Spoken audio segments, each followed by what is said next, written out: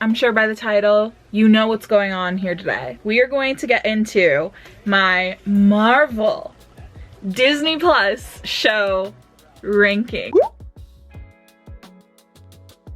We've been watching these shows since 2021 and we are finally at the end of phase 4. This is going to be a very chatty video. This is also going to include spoilers. So if you haven't watched all the shows, be sure to watch with caution, though obviously I'm not going to give you like all of the spoilers, but there might be some things sprinkled in here and there as I'm explaining what I liked and didn't like about a show.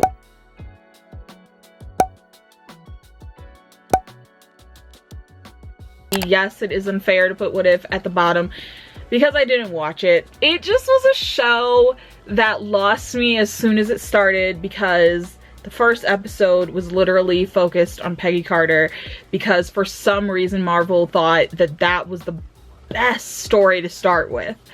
One that literally was scene to scene practically the same thing as the first Avenger. Very little that was changed besides the fact that Peggy was the one who went and did the serum instead of Steve.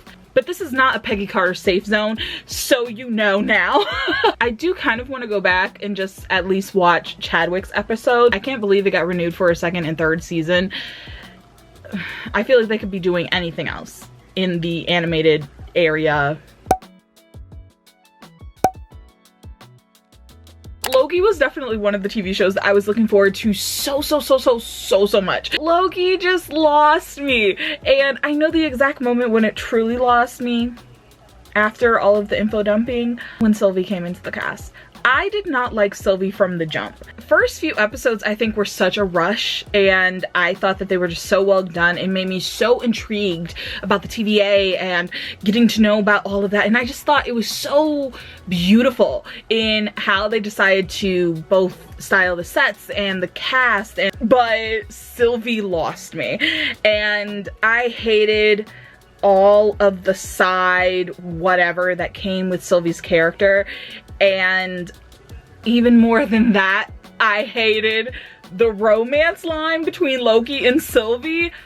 I was not here for it. As if I already wasn't fucking with Sylvie. We had the final episode.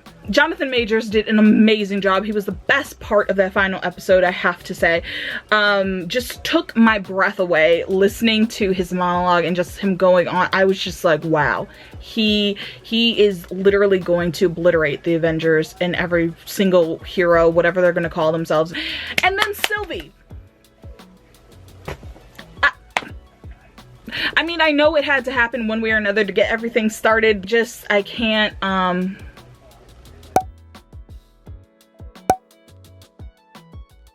this makes me sad. Moon Knight and Loki kind of had the opposite, but also the same problem for me. Moon Knight felt very info dumpy. Shows that felt like you need to be able to read up on this stuff and you need to know this and this and this to be able to understand the complexities and the layers and all this stuff. And it was great. I think Oscar Isaac did an amazing job of making me care about Moon Knight at all. But there were just things in it that I just kind of was like, okay. And maybe that also has to deal with pacing of the show. Maybe they just weren't pacing some of those scenes in there well enough, especially for a 6-episode show, which I definitely think it could have had at least 2 more episodes.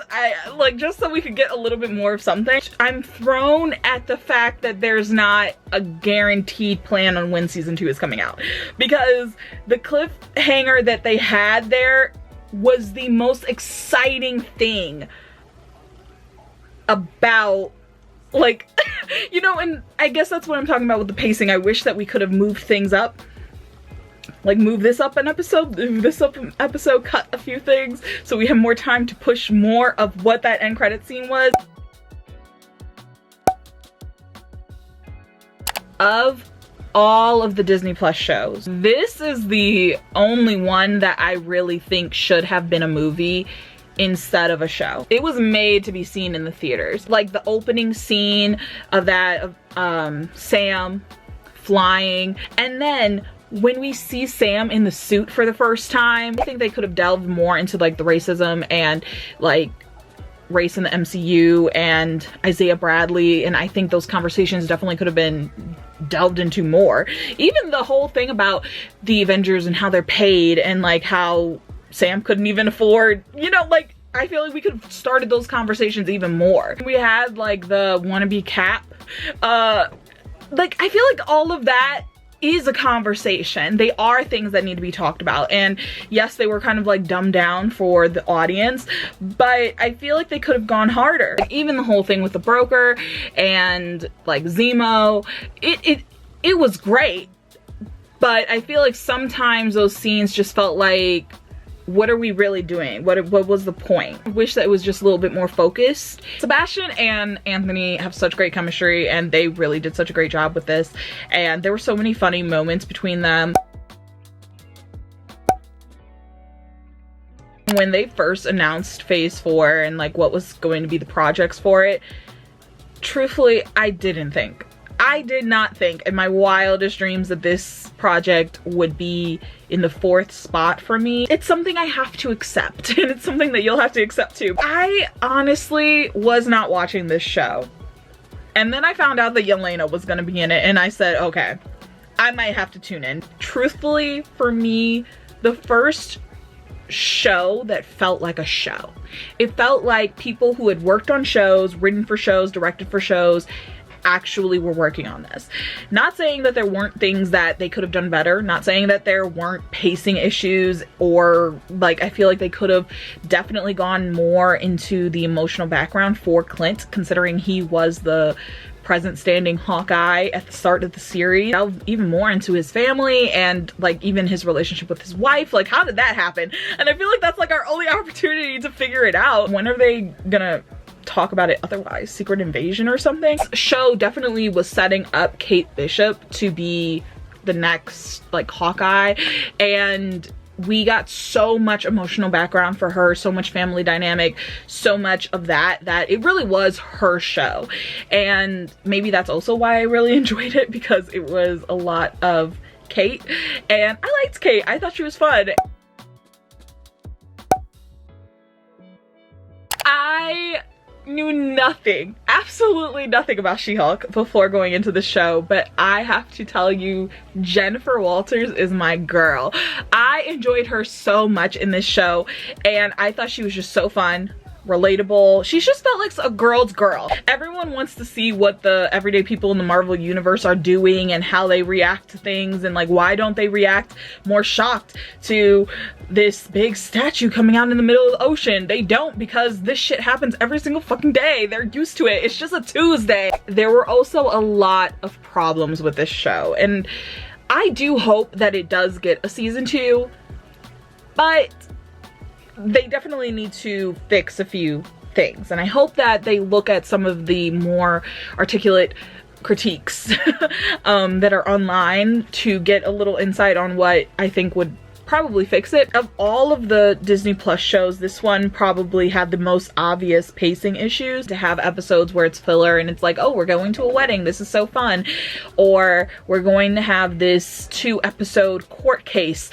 You know, it's fine when you have 22 to 25 episodes to get that done. Around episode 6 or 7, I really started getting concerned as to how we were going to wrap up the show. Once those concerns come in and you have a whole week to think it over, and it's just kind of like, okay, I'm worried.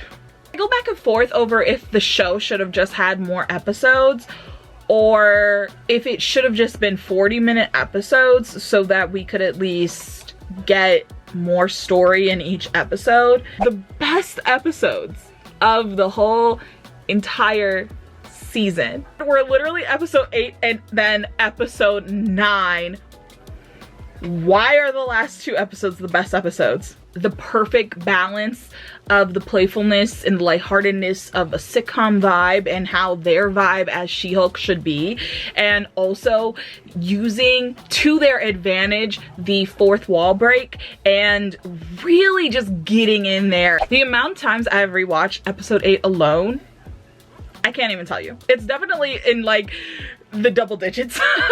And the finale was so amazing when she broke that fourth wall and went onto the Disney Plus page for Marvel, and then went to Disney Assembled, and then met Kevin. It was all so good. It like they even addressed the visual effects budget and like how much she cost to be done, and it was just so many topics that had been going on. How did they know? That's what I want to know. Like, they have a time machine and they knew what was going to be said verbatim. It was kind of scary. If there is a season 2, I would want them to keep the energy that they gave in the last 2 episodes for the second season.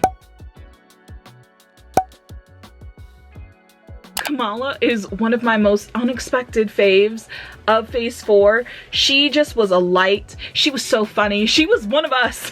She loves the Avengers and she's all into it. And even finding out that Ant-Man is part of the reason why we had to have Rogers the Musical, because he's apparently running his mouth on a podcast. Another show that shows you what the everyday people who have to deal with the Avengers are going through.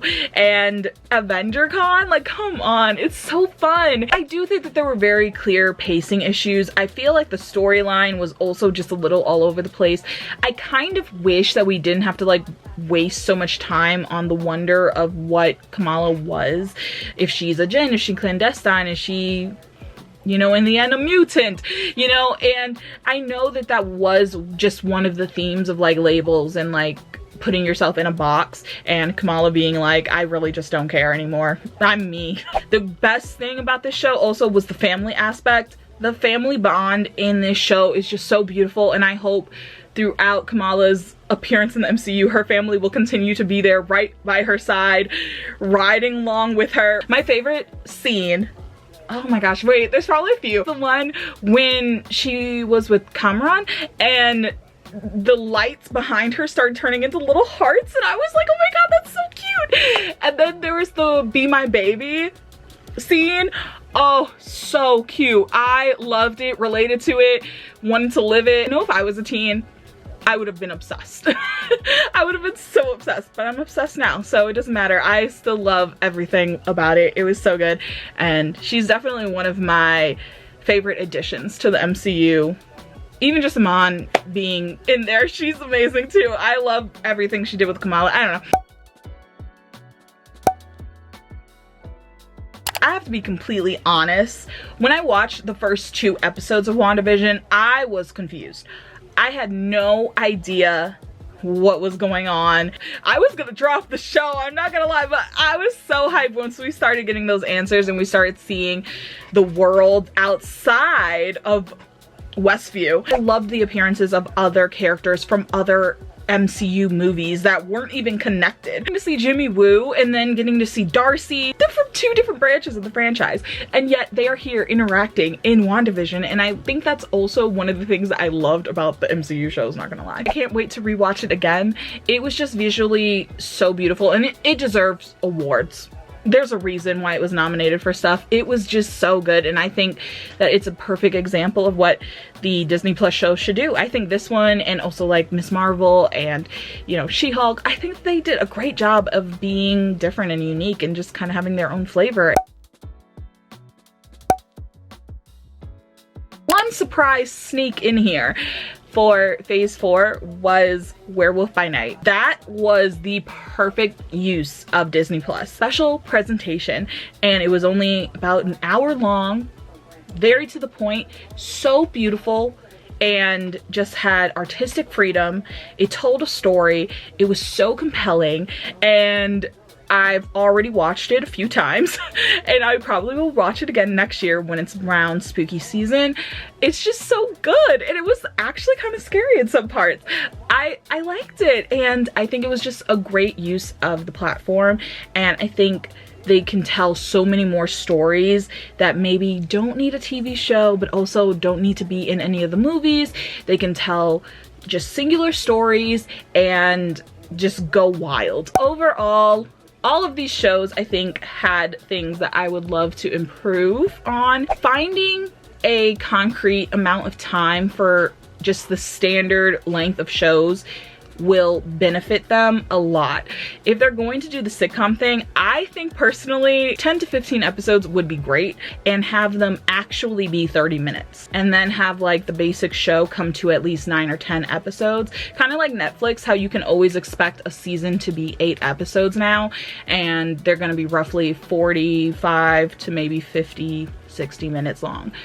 Having a standard will benefit them in the long run, I think. Let me know what your ranking would be of the shows if you watched them, and which one was your favorite, and things that you would also change in the future, because I feel like the Disney Plus platform won't be going away for the MCU for a while at least. But give this video a thumbs up if you liked it, and subscribe, turn on alerts. That's everything. Thank you so much for watching. Bye. Only live in the dreams, baby.